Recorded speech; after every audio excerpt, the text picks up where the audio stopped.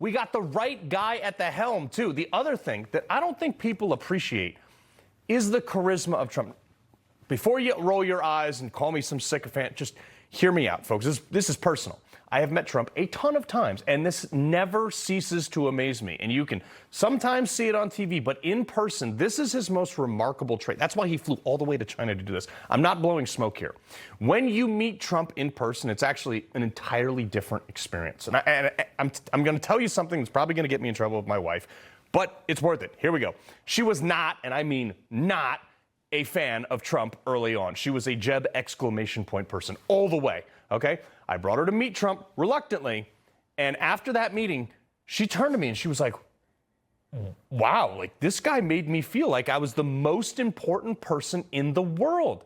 And all of a sudden, she was on board. It was actually, I've seen it 100 times with people that have just met Trump for the first time. Trump has this innate ability to woo people in person. Do not sleep on this ability for this trip either. I've watched this turn people from haters into positive people with my own two eyes. His ability to get you to do what he wants and convince you that that's the right thing, and then you enjoy the journey, it's uncanny.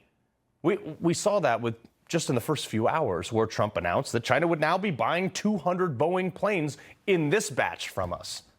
And Xi has also seemed very open, more open than ever before, to an even partnership because he knows that China needs America, and a tariff war is and probably will be the end of China, even saying this.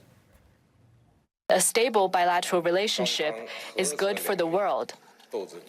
China and the United States both stand to gain from cooperation and lose from confrontation. We should be partners, not rivals.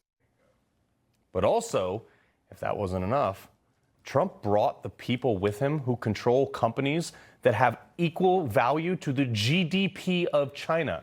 Elon Musk, Tim Cook, or Tim Apple as Trump calls him, DJ Sol from Goldman Sachs, NVIDIA CEO, tons of other folks that you see standing there. And with the swipe of a pen, those mega big business tycoons, they could crush China with the direction of their company.